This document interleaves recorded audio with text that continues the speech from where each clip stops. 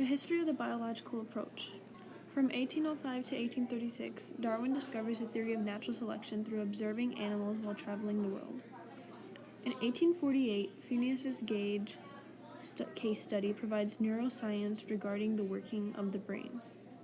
In 1957, Jane Goodall discovers that chimps have behaviors similar to all the human cultures on the planet. In 1975, Edwards Wilson published his book, Sociobiology, bringing together an evolutionary perspective to psychology. The biological approach believes that all that is psychological is first physiological. The biological approach examines thoughts, feelings, and behaviors from a physical point of view, and 3 biological aspects are used to help explain human behavior, such as the comparative method, where different species of animals are studied and compared. Physiology is involved because it studies how the changes in structure and function in the brain and nervous system can affect behavior. The investigation of inheritance, where the investigation of the mechanisms of inheritance, also known as genetics, are used in order to understand behavior. And 2 ways that it's applied to real life is when doctors prescribe drugs to treat depression to affect behavior through the interaction with the nervous system. And another example is when the study of whether high intelligence can be inherited from one generation to the next. The main focus of biological physiology is to help people with their behavior, and in the end, the goal is to help them change their behavior. The 4 main goals of physiology are to describe, explain, predict, and control/change the behavior and mental process of others. Within these goals, many of them apply to biological physiology, such as the goal to describe why people behave the way they do by observing how they react to situations. The goal to explain the behavior by conducting experiments in which will ensure if the person's behavior is abnormal and how they can help. The goal to predict how the person will behave in the future and if the person will exhibit the same behavior. And lastly, the goal to control behavior to make conductive and lasting changes in people's lives.